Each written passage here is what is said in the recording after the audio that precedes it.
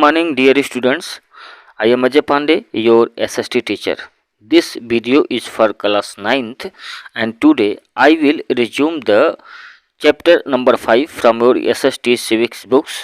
I was teaching you the 5th chapter of your civics. The name of the chapter was Democratic Rights. तो प्रिय विद्यार्थियों, सुप्रभात। आज के वीडियो में हम लोग आपके जो SST का सिविक्स का पोर्शन है उसका चैप्टर नंबर 5 जिसका नाम है डेमोक्रेटिक राइट्स, इसमें जो लास्ट रिमेनिंग पोर्शन बच गया था उसके बारे में पढ़ेंगे। पहले वीडियो में इस चैप्टर के कुछ पोर्शन को मैं आपको पहले ही पढ़ा चुका हूं और आज के वीडियो में हम उस पॉइंट से शुरुआत करेंगे जहां पर लास्ट वीडियो में मैंने छोड़ा था। तो आइए बढ़ते हैं उस पॉइंट पर जहां से मैंने पहले वीडियो में लेफ्ट किया था, वहीं से आज का वीडियो शुरू करते हैं। आशा करता हूं कि आप लोग रेडी होंगे पेन और पेपर के साथ साथ आप अपनी बुक भी अब तक ओपन कर चुके होंगे। तो आइए शुरू करते हैं आज का वीडियो और उस पॉइंट से जहां से मैंने पिछले वीडियो में छोड़ा था। तो पिछले वीडियो में मैंने आपको इस पॉइंट पे छोड़ा था 5.3 और ये पॉइंट है rights in the Indian constitution, यानी भारतीय संविधान में अधिकारों की बात। तो भारतीय संविधान में जो अधिकारों की बात की गई है उसके बारे में हमको यहाँ से जानकारी मिलेगी। आइए शुरू करते हैं। मैं रीड करना शुरू करता हूँ। इसमें लिखा है कि in India like the most other democracies in the world these rights are mentioned in the constitution. Some rights which are fundamental to our life are given a special status, they are called fundamental rights. यानी विश्व के अन्य लोकतांत्रिक देशों की तरह भारत में भी लोगों को बहुत सारे अधिकार दिए गए हैं और उनमें से जो कुछ अधिकार हैं, some rights which are fundamental to our life, कुछ अधिकार ऐसे हैं जो हमारे जीवन के लिए मौलिक हैं, यानी कि विशेष रूप से आवश्यक हैं। और ऐसे ही विशेष आवश्यक फंडामेंटल राइट्स को हम जो है फंडामेंटल राइट्स कहते हैं, यानी कि मौलिक अधिकार कहते हैं। कुल मिलाकर कहना ये चाहता है ये पैराग्राफ कि हमारे संविधान में भारतीयों को बहुत सारे जो है राइट्स प्रोवाइड किए गए हैं। इन बहुत सारे राइट्स में कुछ राइट्स ऐसे हैं जिनके बिना हम जीवन की कल्पना नहीं कर सकते, यानी कि वे फंडामेंटल हैं हमारे लाइफ को लेकर, यानी बहुत आवश्यक हैं। और ऐसे ही बहुत आवश्यक अधिकारों को हम फंडामेंटल राइट्स कहते हैं। We have already read in chapter 2 the preamble of our constitution. Chapter number 2 में हम पहले ही पढ़ चुके हैं कि हमारे भारतीय संविधान का प्रीएम्बल क्या है, यानी प्रीएम्बल में जो लिखा है उसके बारे में हम पहले ही पढ़ चुके हैं। इंडियन कॉन्स्टिट्यूशन का जो प्रीएम्बल है उसके बारे में हम चैप्टर 2 में ऑलरेडी पढ़ चुके हैं। और यदि आपको याद होगा तो हमारे प्रीएम्बल में जो लिखा है वह लिखा है कि हम भारत के लोग भारत को एक लोकतांत्रिक समाजवादी, इस तरह से शुरुआत होती है प्रीएम्बल की। और आशा करता हूं कि आपको याद होगा। अगर याद नहीं है तो आप उसको याद कर लीजिए, क्योंकि प्रीएम्बल मोस्ट इम्पोर्टेंट पॉइंट है हमारे कॉन्स्टिट्यूशन का। तो वही लिखा है कि हम ऑलरेडी चैप्टर 2 में प्रीएम्बल के बारे में पढ़ चुके हैं और it talks about securing for all it's citizen equality, liberty and justice. उसी प्रीएम्बल में ये कहा गया है कि सभी भारतीयों के लिए इक्वलिटी यानी कि समानता, दूसरा है लिबर्टी यानी कि स्वतंत्रता, और तीसरा है जस्टिस यानी कि न्याय। इन तीनों चीज़ों को सुनिश्चित करने का जिम्मा इंडियन कॉन्स्टिट्यूशन के प्रीएम्बल में दिया गया है कि हर भारतीय को इक्वलिटी, लिबर्टी और जस्टिस, ये 3 अधिकार प्राप्त होंगे। तो हमने देखा कि फंडामेंटल राइट्स को लेकर जो बात की गई है सबसे पहले तो हमारे इंडियन कॉन्स्टिट्यूशन के प्रीएम्बल में की गई है। Fundamental rights put this promise into effect, और फंडामेंटल राइट्स के द्वारा ही ये जो प्रीएम्बल में बात की गई है इक्वलिटी, लिबर्टी एंड जस्टिस की, तो इनको लागू करने के लिए, जीवन में उतारने के लिए हमने संविधान में एक पार्ट जोड़ा है और उस पार्ट का नाम क्या है, फंडामेंटल राइट्स।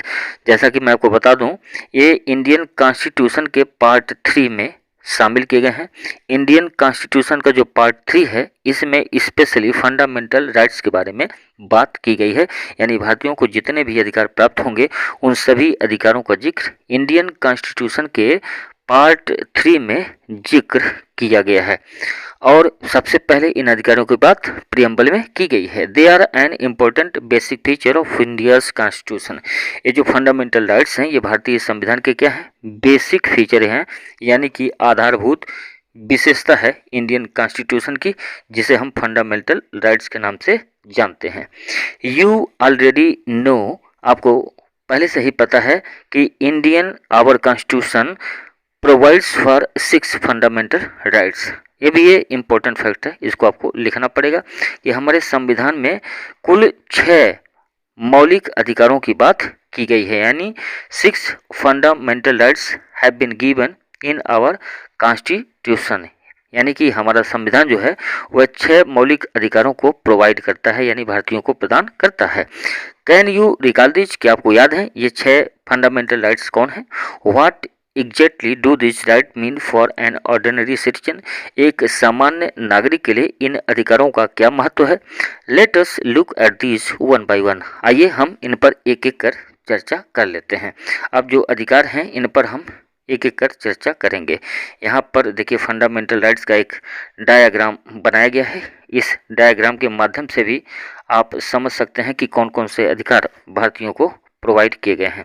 तो देखिए फंडामेंटल राइट्स ये हेडिंग है और जो अधिकार हैं उनकी हम बात कर लेते हैं। पहला राइट है राइट टू इक्वलिटी, यानी समानता का अधिकार। दूसरा है राइट टू फ्रीडम, यानी स्वतंत्रता का अधिकार है। तीसरा है राइट अगेंस्ट एक्सप्लॉयटेशन, शोषण के विरुद्ध अधिकार, यानी कोई आपका शोषण करता है, कोई आपके साथ दुर्व्यवहार करता है, उसके विरुद्ध आपको अधिकार दिया गया है। अगला है right to freedom of religion, आपको आपके धर्म की आज़ादी है, यानी आप कोई भी धर्म अपना सकते हैं, आप किसी भी धर्म का पालन कर सकते हैं। जैसा कि इस चैप्टर के शुरुआत में मैंने आपको बताया था कि सऊदी अरेबिया में आप ऐसा नहीं कर सकते, लेकिन हमारे इंडिया में आप ऐसा कर सकते हैं। अगला है कल्चरल एंड एजुकेशनल राइट्स, यानी सांस्कृतिक और शैक्षिक अधिकार, हर व्यक्ति को शिक्षा पाने का अधिकार है, हर व्यक्ति को अपनी संस्कृति को बढ़ावा देने का अधिकार है। और एक और अधिकार है जिसे कहते हैं राइट टू कॉन्स्टिट्यूशनल रेमेडीज, यानी संवैधानिक उपचारों का अधिकार। यानी कि यदि आपको लगता है कि कोई कानून सरकार ने ऐसा बनाया है जो संविधान के नियमों के अनुसार नहीं है, तो आप उस नियम के खिलाफ न्यायालय का दरवाजा खटखटा सकते हैं। या आपको लगता है कि आपको इन अधिकारों में से कोई अधिकार नहीं दिया जा रहा है, यानी जो अधिकार नागरिकों को प्रदान किए गए हैं, अगर आपको लगता है कि इन अधिकारों में से कोई भी अधिकार आपको नहीं दिया जा रहा है, तो आप इस अधिकार के द्वारा उस अधिकार को प्राप्त कर सकते हैं। यानी इस अधिकार के द्वारा आप न्यायालय का दरवाजा खटखटाएंगे, न्यायालय में मामले की सुनवाई होगी और फिर यदि आपके अधिकारों को छीना गया है तो आपको वो अधिकार फिर से प्रोवाइड कराए जाएंगे। तो ये सभी अधिकार थे जो 6 मौलिक अधिकार हैं जिनको अभी हमने एक चार्ट के द्वारा देखा। अब हम एक एक कर इन पर विस्तार से चर्चा करेंगे। तो सबसे पहला जो अधिकार उसमें था वो था राइट टू इक्वलिटी, यानी हिंदी में से कहेंगे समानता का अधिकार। समानता का मतलब हर नागरिक को समान समझा जाएगा, कानून की निगाह में हर नागरिक जो है समान होगा, उसी के बारे में यहाँ पर बताया गया है। आइए पढ़ते हैं। द कॉन्स्टिट्यूशन सेज, यानी संविधान कहता है that the government shall not deny to any person in India equality before law और the equal protection of the laws, यानी भारतीय संविधान कहता है कि भारत में किसी भी नागरिक को जो है समानता से वंचित नहीं किया जाएगा, सबको समानता का अधिकार प्राप्त होगा बिफोर द लॉ, यानी कानून की निगाह में। तो भारतीय संविधान कहता है कि कानून की निगाह में सभी नागरिकों को समान समझा जाएगा और the equal protection of loss, और कानून का सबको समान संरक्षण मिलेगा।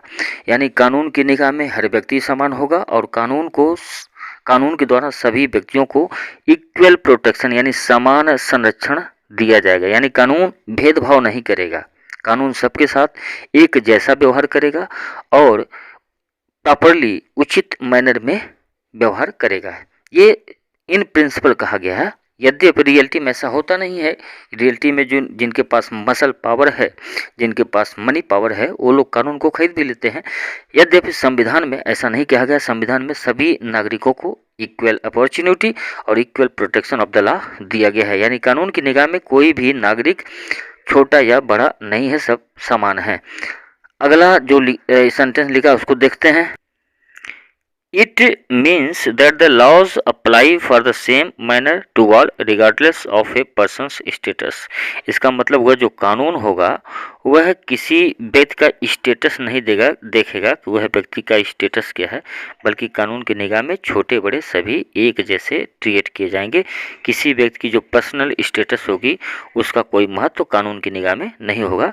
This is called the rule of law, और इसी को कहते हैं क्या, रूल ऑफ लॉ कहते हैं। ये शायद आपके एग्जाम में पिछली बार आया था कि what is the rule of law. इसी को कानून का शासन कहते हैं। रूल ऑफ लॉ को हिंदी में कानून का शासन कहते हैं। Rule of law is the foundation of any democracy. और जो रूल ऑफ लॉ होता है यह किसी भी लोकतंत्र का क्या होता है, फाउंडेशन यानी कि आधार होता है। इट मीन्स, इसका मतलब होता है that no person is above the law. इसका मतलब यही होता है कि कोई भी व्यक्ति कानून से ऊपर नहीं होता है, कानून सबसे ऊपर होता है।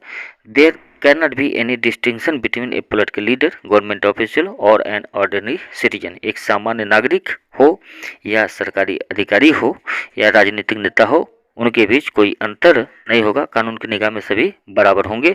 ये इसका मतलब था। तो रूल ऑफ लॉ का मतलब आप समझ गए होंगे।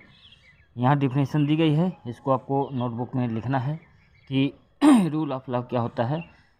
That rule of the law is the foundation of any democracy. जो रूल ऑफ लॉ होता है किसी भी डेमोक्रेसी का फाउंडेशन यानी कि आधार होता है। इट मीन्स, इसका मतलब होता है that no person is above the law, यानी कोई भी व्यक्ति कानून से ऊपर नहीं होता है। There can not be any distinction between a political leader, government official और एन ऑर्डिनरी सिटीजन, यानी किसी भी नेता या शासकीय अधिकारी या कोई सामान्य नागरिक, इनके बीच कोई डिस्टिंक्शन यानी कि अंतर नहीं किया जाता है, और इसी को बोलते हैं रूल ऑफ लॉ। तो रूल ऑफ लॉ में आपको क्या लिखना है मैं आपको बता देता हूँ। आपको लिखना है कि laws apply in the same manner to all, ये लाइन लिखनी है। Regardless of a person's status, ये भी लिखना है। और उसके बाद आपको लिखना है कि it means that no person is above the law, there can not be any distinction between the political leader, there can not be any distinction. बस इतना पे ही आप फुल स्टॉप लगा दीजिएगा, इससे आगे लिखने की ज़रूरत नहीं है, यानी डिस्टिंक्शन तक आपको लिखना है। This is the rule of law. आगे बढ़ते हैं। इसमें लिखा है every citizen from the prime minister to a small farmer in a remote village is subjected to the same law. अब इसमें आगे लिखा है कि प्रधानमंत्री से लेकर एक सामान्य नागरिक तक सभी कानून की निगाह में एक होते हैं। वही रूल ऑफ लॉ की बात यहाँ भी कही जा रही है कि चाहे वह प्रधानमंत्री हो और चाहे एक सामान्य नागरिक हो, दूर दराज के एरिया का, कानून की निगाह में सब एक जैसे हैं। No person can legally claim any special treatment or privilege just because he or she happens to be an important person.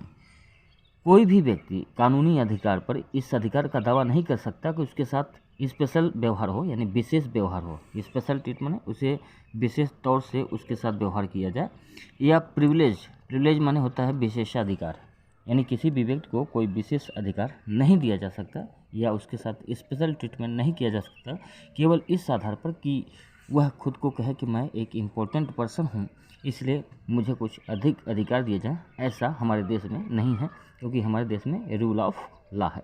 For example, उदाहरण के लिए, ए फ्यू ईयर्स एगो, कुछ वर्ष पहले, ए former prime minister of the country faced a court case on the charges of cheating.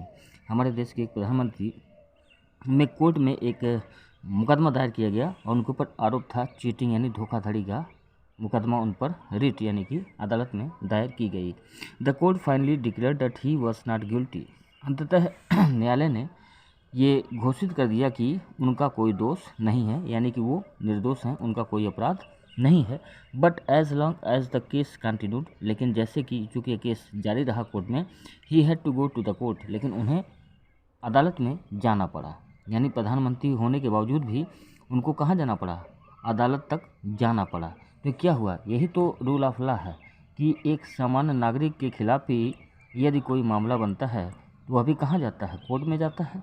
और अगर प्रधानमंत्री के खिलाफ भी कोई मामला हो जाए तो उनको भी कोर्ट जाना ही पड़ा। और यह फाइनेस्ट एग्जाम्पल है रूल ऑफ लॉ का। यद्यपि कि वह दोषी नहीं थे, वे निर्दोष साबित हुए। Give evidence and file papers just like any other citizen, यानी जैसे बाकी लोग करते हैं वैसे उस प्रधानमंत्री को भी करना पड़ा। This basic position is further clarified in the constitution by spelling out some implication of the right to equality. ये जो स्थिति है, ये आधारभूत जो पोजीशन है, इसको आगे चल के और स्पष्ट किया गया है संविधान में। और कैसे किया गया है? Implication of the right to equality, यानी समानता का अधिकार जो फंडामेंटल राइट्स दिया गया है, उसी में इस बात को और विस्तार से बताया गया है। आपको पता होगा कि हमारे कॉन्स्टिट्यूशन में है आर्टिकल 14 जो कहता है equality before law and equal protection of the law, यानी कानून की निगाह में सभी शामिल हैं और सभी व्यक्तियों को कानून का समान संरक्षण प्राप्त होगा। इसी बात को यहाँ पर कहा गया है कि आगे चलकर इस अधिकार को यानी रूल ऑफ लॉ को बहुत ही विस्तार से बताया गया है। तो जो आर्टिकल 14 है उसमें भी आप देख सकते हैं कि रूल ऑफ लॉ क्या होता है। The government shall not discriminate against any citizen on the ground of only of religion, race, caste, sex or place of birth, यानी जो गवर्नमेंट होगी वह किसी भी नागरिक के साथ किसी भी आधार पर कोई भेदभाव यानी कि डिस्क्रिमिनेशन नहीं करेगी। आधार क्या होंगे? रिलीजन यानी धर्म के आधार पर कोई भेदभाव नहीं हो सकता, रेस यानी कि जाति के आधार पर नहीं हो सकता, रेस को आप वंश भी कह सकते हैं, वंश परंपरा, और कास्ट को कह सकते हैं जाति, सेक्स को कह सकते हैं लिंग, प्लेस ऑफ बर्थ को कह सकते हैं जन्म स्थान। तो आधारों को भी आपको रटना है कि किन किन आधारों पर डिस्क्रिमिनेशन नहीं होना है। तो आधार आप नोट कर लीजिए, religion, race, caste, sex or place of the birth. Every citizen shall have access to public places like shops, restaurant, hotels and cinema halls. हर व्यक्ति को जो पब्लिक प्लेस है यानी सार्वजनिक जगहें हैं जैसे कि दुकान, रेस्टोरेंट, होटल्स, सिनेमा हॉल, वहाँ किसी भी व्यक्ति को किसी भी आधार पर नहीं रोका जा सकता। ऊपर जो मैंने आधार बताए हैं religion, race, caste, section, place of birth, इस आधार पर किसी भी व्यक्ति को पब्लिक प्लेसेस पर जाने से नहीं रोका जा सकता क्योंकि वह रूल ऑफ लॉ का इन्फ्रिंगमेंट यानी कि उल्लंघन होगा। Similarly, there shall be no restriction with regard to the use of wells, tanks, bathing ghats, roads, playgrounds and places of public resort maintained by the government or dedicated to the use of general public. This might appear very obvious but it was necessary. तो वही बात कुल मिलाकर यहाँ कही गई है कि पब्लिक प्लेस चाहे गवर्नमेंट का हो चाहे प्राइवेट हो, किसी भी व्यक्ति को किसी भी आधार पर रोका नहीं जा सकता, चाहे कुएं हो, चाहे टैंक हो, बाथिंग घाट्स हो, रोड्स हो, प्लेग्राउंड्स हो, किसी भी स्थान पर किसी भी आदमी को रोका नहीं जा सकता। आगे बढ़ते हैं अगले पैराग्राफ में देख लेते हैं। इस पैराग्राफ में डिटेल में वही रूल ऑफ लॉ को समझाने की कोशिश की गई है। हम बढ़ते हैं नेक्स्ट पैराग्राफ की तरफ। इसमें लिखा है the same principle applies to the public jobs. अब सरकारी नौकरियों के मामले में भी यही रूल ऑफ लॉ लागू किया जाता है। All citizens have equality of opportunity in matters relating to the employment और appointment to any position in the government.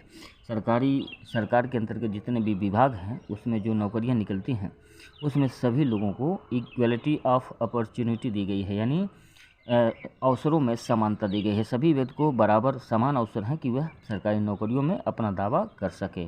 जैसे कि जो निकलती हैं नोटिफिकेशन नौकरी के लिए, आप देखते होंगे उसमें सभी लोग फॉर्म भरते हैं, किसी को रोका नहीं जाता किसी भी आधार पर, यानी कि religion, race, caste, sex or place of birth के आधार पर किसी व्यक्ति को इन नौकरियों में अपना दावा रखने से रोका नहीं जाता है। No citizen shall be discriminated against or made ineligible for employment on the grounds mentioned above. फिर वही बात कही गई है कि ऊपर दिए गए आधारों पर किसी भी व्यक्ति को इन नौकरियों में आने से रोका नहीं जा सकता है। You have read in chapter 4 that the government of India has provided reservation for scheduled caste and scheduled tribes and other backward classes.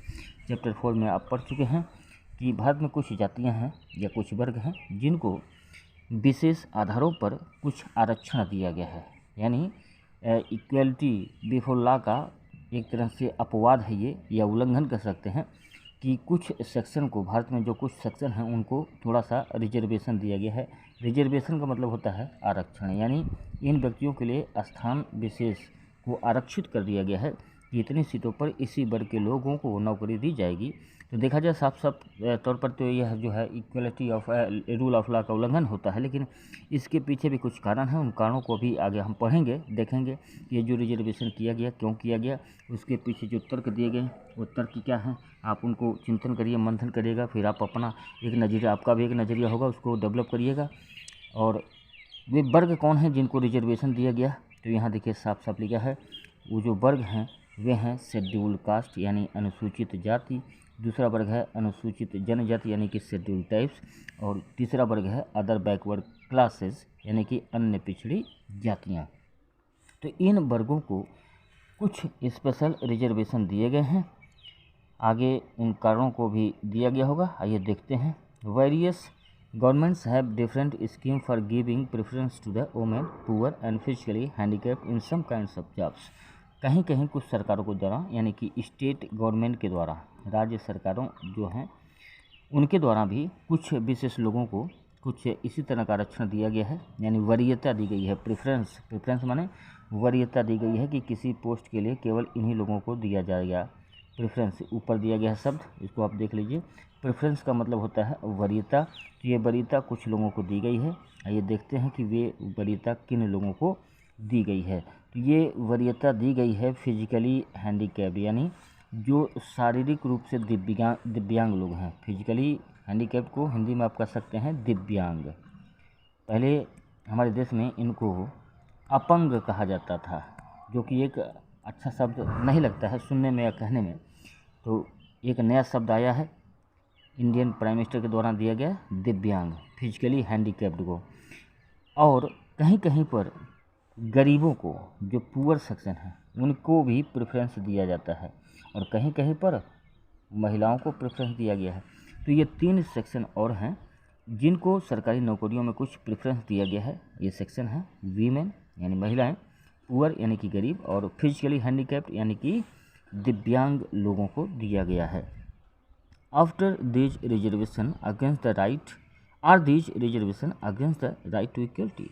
अब आपसे यहाँ क्वेश्चन पूछा गया है कि क्या आपको लगता है कि ये जो रिजर्वेशन दिया गया है क्या ये राइट टू इक्वलिटी के विरोध में है, यानी जो समानता का अधिकार दिया गया है, क्या जो उसके विरोध में यह रिजर्वेशन आपको नहीं लगता? आप अपनी राय डेवलप कीजिए, और आगे जो बुक में दिया गया है उसको तो मैं बता ही रहा हूँ। दे आर नॉट, अब यहाँ कहा गया है नहीं, ऐसी बात नहीं है, यानी जो रिजर्वेशन है यह राइट टू इक्वलिटी के अगेंस्ट नहीं है। फॉर, क्योंकि equality does not mean giving everyone the same treatment. Equality का मतलब ये नहीं होता है कि सबके साथ समानता का व्यवहार हो। फॉर एग्जांपल, जैसे ये 100 मीटर की रेस है, आपके विद्यालय में ये 100 मीटर की रेस हो रही है। इसमें मान लीजिए आप ही की क्लास के कक्षा 9 के सभी बच्चे पार्टिसिपेट कर रहे हैं, और कल्पना कीजिए कि आप ही की क्लास में कोई एक ऐसा बच्चा है जिसका पैर थोड़ा ठीक नहीं है, यानी वो फिजिकली हैंडीकैप्ड है। तो क्या सबके लिए समय बराबर होना चाहिए? मुझे लगता है कि यदि बाकी लोगों के लिए ये जो 100 मीटर की दौड़ है, अगर उनके लिए 3 मिनट का समय रखा गया, या 3 मिनट बहुत लंबा हो जाएगा, आप 30 सेकंड का रख लीजिए, तो 30 सेकंड का समय सबके लिए रखा जाए, ये तो अन्याय होगा, क्योंकि अगला तो विकलांग है, वह 30 सेकंड में तो 100 मीटर की रेस दौड़ नहीं सकता। तो यह उसके साथ इक्वलिटी का ट्रीटमेंट नहीं होगा, यानी उस विकलांग को कुछ अधिक अवसर दिया जाना चाहिए, तभी ये उसके साथ इक्वलिटी माना जाएगा। वही बात यहाँ पर कही गई है कि equality does not mean giving everyone the same treatment. Equality का मतलब ये नहीं होता कि सबके साथ एक जैसा बर्ताव किया जाए। हो सकता है उसमें से कुछ किसी कारण से किसी दूसरे से पिछड़े हों, तो उसके पिछड़ेपन को भी ध्यान में रखा जाना चाहिए। यही मतलब होता है इक्वलिटी का। आगे लिखा है, no matter what they need, equality means giving everyone an equal opportunity to achieve whatever one is capable of. अब इक्वलिटी का मतलब जो सही मतलब होता है वह मैं आपको समझाता हूँ। मान लीजिए ये 1 2 3 लोग हैं, इन तीनों लोगों की अलग अलग कैपेबिलिटी होगी, यानी इनकी सामर्थ्य कुछ और होगी, इसकी सामर्थ्य कुछ और होगी, और इसकी सामर्थ्य कुछ और होगी। तो उनको इनकी सामर्थ्य के अनुसार इक्वल चीज़ें दी जाएं। ऐसा ना हो कि सबके साथ सेम व्यवहार कर दिया जाए। सबके साथ सेम व्यवहार करेंगे तब वो इक्वलिटी नहीं होगी, वह इनइक्वलिटी होगी। जैसा कि मैंने बताया कि एक व्यक्ति विकलांग है, उससे भी 100 मीटर की दौड़ अगर आप 30 सेकंड में एक्सपेक्ट करें तो ये अन्याय होगा। बाकी लोग जो हेल्दी हैं, जिनके पैर में कोई कमी नहीं है, वो तो दौड़ लेंगे, लेकिन जो विकलांग है वो 30 सेकंड में उस 100 मीटर की रेस को दौड़ नहीं पाएगा। तो उसको कुछ एक्स्ट्रा समय दिया जाना चाहिए, यानी उसको 40 सेकंड या 50 सेकंड या उसको 1 मिनट का समय देंगे, तब उसके साथ इक्वलिटी का व्यवहार होगा। तो वही यहाँ पर कहा गया है कि इक्वलिटी का मतलब होता है सबको अपनी कैपेबिलिटी के अनुसार समान मौका दिया जाए, क्योंकि वह जिसके योग्य है उसी के अनुसार उसको अपॉर्चुनिटी दी जानी चाहिए, और यही इक्वलिटी का सही मतलब होता है। Sometimes it is necessary to give special treatment to someone in order to ensure equal opportunity। कभी कभी ऐसा ज़रूरी हो जाता है कि कुछ लोगों को क्या दिया जाए, स्पेशल ट्रीटमेंट दिया जाए, उनके साथ स्पेशल व्यवहार किया जाए, तभी हम इक्वलिटी को यानी इक्वल अपॉर्चुनिटी को प्रोवाइड कर पाएंगे। This is what job reservation do. और इसीलिए ये जो नौकरियों में आरक्षण दिया गया है, ये उसी का एक एग्जाम्पल है। यानी नौकरियों में जो आरक्षण दिया जाता है इसीलिए दिया जाता है क्योंकि समाज के कुछ वर्ग सरकार को लगता है कि पिछड़े हैं, तो जो पिछड़े वर्ग हैं यदि उनको अगड़े पक्षों के साथ, जो अगड़ा वर्ग है यानी कि फॉरवर्ड क्लास है सब सोसाइटी का, उस फॉरवर्ड क्लास के साथ आप बैकवर्ड क्लास को भी इक्वल अपॉर्चुनिटी देंगे तो इक्वलिटी नहीं होगी। जस्ट टू क्लैरिफाई दिस, अब इसको स्पष्ट करने के लिए द कॉन्स्टिट्यूशन से, संविधान में लिखा है या संविधान कहता है that reservation of this kind और not a violation of the right to equality, कि जो रिजर्वेशन दिया गया है यह राइट टू इक्वलिटी का विरोध नहीं करता है या उसके विरोध में नहीं है। The principle of non discrimination extend to social life as well, और ये जो नॉन डिस्क्रिमिनेशन यानी भेदभाव का जो विरोध किया गया है, यह इसका दायरा जो है सामाजिक जीवन तक है। यानी सामाजिक जीवन में भी कोई व्यक्ति किसी आधार पर किसी के साथ भेदभाव नहीं कर सकता। अभी तो हमने आर्थिक क्षेत्र में बात की ना, वहाँ पर कोई डिस्क्रिमिनेशन नहीं होगा। यहाँ पर कहा गया कि सामाजिक क्षेत्र में भी कोई किसी के साथ भेदभाव नहीं कर सकता। The constitution mentions one extreme form of social discrimination, संविधान में एक सामाजिक भेदभाव का जो रूप है उसका जिक्र किया गया है। द प्रैक्टिस ऑफ अनटचेबिलिटी, और वह क्या है, अछूत। प्रैक्टिस ऑफ अनटचेबिलिटी माने जो हमारे समाज में कुछ लोग कहते हैं कि दूसरी जातियां अछूत हैं, उसका जो प्रैक्टिस होता है, व्यवहार होता है, इस बात का जिक्र संविधान में किया गया है। And clearly directs the government to put an end to it, और संविधान में कहा गया कि सरकार जो ये व्यवहार होता है अछूतपने का, इसको सरकार को समाप्त करना चाहिए। यानी संविधान में यह लिखा गया है, सरकार को आदेश दिया गया है, किसी की भी सरकार हो, कभी भी बनी हो, उस सरकार को हमेशा इस बात का ध्यान रखना है कि समाज में कोई भी व्यक्ति किसी भी व्यक्ति के साथ किसी प्रकार का दुर्व्यवहार न कर पाए, यानी उसको अछूत न कर सके, और इसका प्रयास सरकार को करना पड़ेगा। The practice of untouchability has been forbidden in any form, यानी अनटचेबिलिटी को किसी भी रूप में मना किया गया। फॉरबिडन माने कि मना किया गया है, यानी आप समाज में किसी भी व्यक्ति को अछूत नहीं कर सकते, उसके ऊपर ऐसा आरोप नहीं लगा सकते। अगर ऐसा करते हैं तो कानूनतः आपको दंड दिया जा सकता है इसके प्रैक्टिस के लिए। Untouchability here does not only mean refusal to touch people belonging to certain caste, it refers to any belief or social. तो यह अभी इतना समझ लेते हैं। अनटचेबिलिटी हियर यानी यहाँ जो जिस अनटचेबिलिटी की बात की गई है उसका केवल यह मतलब नहीं है कि रिफ्यूजल टू टच यानी छूने से मना करने पर, यानी कोई आपको छुए, आप कहें कि आप अछूत हो, केवल इतना ही नहीं है अनटचेबिलिटी का मतलब। इसका मतलब कुछ और होता है, जैसे कि एनी बिलीफ और सोशल। ऊपर देखते हैं क्या लिखा है, एनी बिलीफ और सोशल। ऊपर तो कुछ नहीं लिखा है, यहाँ देखते हैं।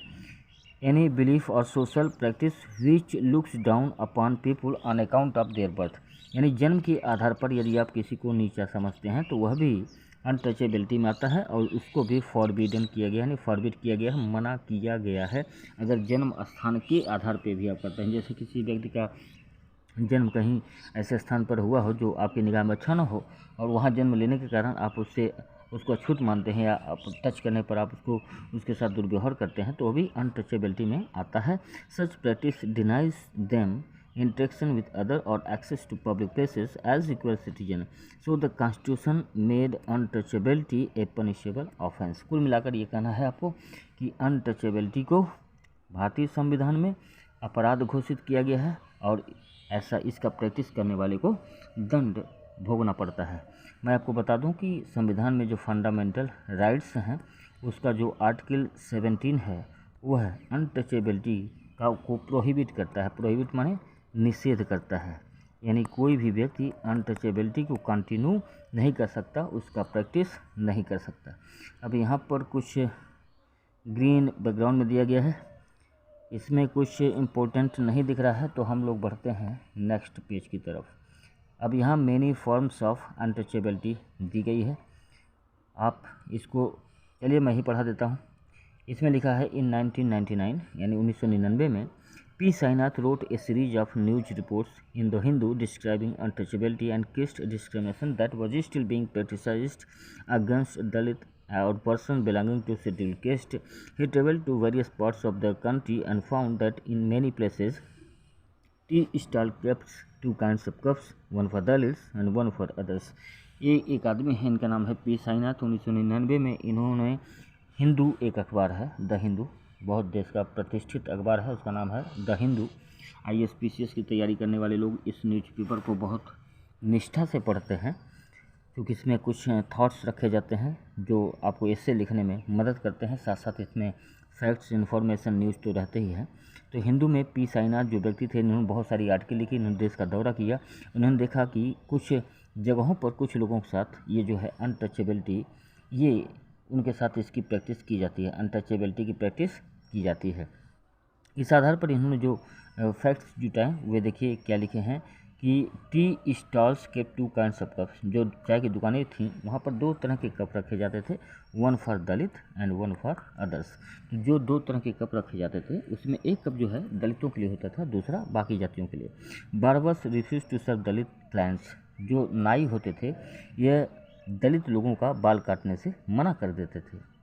दलित student were made to sit separately in the classroom और drink water from separate teacher. स्कूलों में जो दलित घरों के बच्चे पढ़ते थे उनको अलग जगह बैठाया जाता था, यानी बाकी जातियों के बच्चों से अलग बैठाया जाता था। Drink water from separate pitcher, और उनको जो पीने का पानी होता था वह भी उनके लिए अलग घड़ा रखा जाता था। पिचर माने घड़ा होता है, तो दलित बच्चों के लिए अलग घड़ा होता था और बाकी बच्चों के लिए अलग। दलित बच्चे इसमें से पीते थे, बाकी बच्चे इसमें से पीते थे। Dalit grooms were not allowed to ride a horse in the wedding procession. Dalit लोगों को के बच्चों की जब शादी होती थी तो उनको घोड़े पर बैठकर नहीं जाने दिया जाता था, यानी जब किसी दलित युवक की शादी होती थी तो उसको घोड़े पर जाने से मना किया जाता था। आज भी आपने देखा होगा, अभी पिछले एक वर्ष में कम से कम एक घटना राजस्थान में हुई और एक घटना अभी एक हफ्ते पहले मध्य प्रदेश में हुई है, जहाँ पर दलित युवक को अपनी शादी में घोड़े पर बैठने के कारण उसकी लिंचिंग की गई, यानी उसको पीट कर मार दिया गया। तो ये घटनाएं तो आज भी हो रही हैं, जो कि पी साईनाथ ने हिंदू अखबार में लिखा था। आगे है Dalit were not allowed to use common handpumps और if they die the handpumps was washed to purified. दलितों को कॉमन हैंडपम्प जो सरकारी नल होते हैं उनको छूने नहीं दिया जाता था, यानी दलित लोग सरकारी हैंडपम्प का इस्तेमाल नहीं करने दिया जाता था। इफ़ दे डिड, और यदि वे छू देते थे, यदि दलित लोग उस हैंडपम्प को छू देते थे, the handpump was washed to purified, फिर उस हैंडपम्प को साफ़ किया जाता था। यानी ये अछूत की प्रैक्टिस उनके साथ होती थी और इन्हीं खबरों को पी साईनाथ ने अपने न्यूज आर्टिकल में लिखा था। All these fall under the definition of untouchability. Can you think of some example from your own area? अब इसमें ये लिखा गया है कि ये जो जितने भी ऊपर डेफिनेशन दी गए हैं सभी अनटचेबिलिटी में आते हैं। अब आपसे पूछा गया है कि आपको भी लगता है कि आपके आसपास के इलाकों में अनटचेबिलिटी जैसे प्रैक्टिस होती है? अगर होती है तो आप उसको नोट करिए। आगे लिखा है राइट टू फ्रीडम, लेकिन राइट टू फ्रीडम को अब हम लोग नेक्स्ट चैप्टर से पढ़ेंगे क्योंकि वीडियो लंबा होता जा रहा है। हो सकता है आपकी ऑफलाइन क्लासेस शुरू हो जाएं। अगर ऑफलाइन क्लासेस आपकी शुरू होती हैं जैसा कि अभी न्यूज़ में दिखाया जा रहा है, तो यहाँ से हम लोग ऑफलाइन क्लास में पढ़ेंगे, और अगर ऑफलाइन क्लासेस नहीं शुरू होती हैं तो मैं वीडियो बनाना जारी रखूँगा। अगर ऑफलाइन क्लासेस शुरू भी हो जाती हैं तो भी मौका मिलेगा तो मैं आपको वीडियो बना के प्रोवाइड करता रहूँगा, आई प्रॉमिस इट। तो आज के दिन इतना ही, मिलते हैं next day in offline class. If not possible then in online class. Till then thank you, take care, bye. और वीडियो को लाइक शेयर कमेंट ज़रूर करते रहें। धन्यवाद।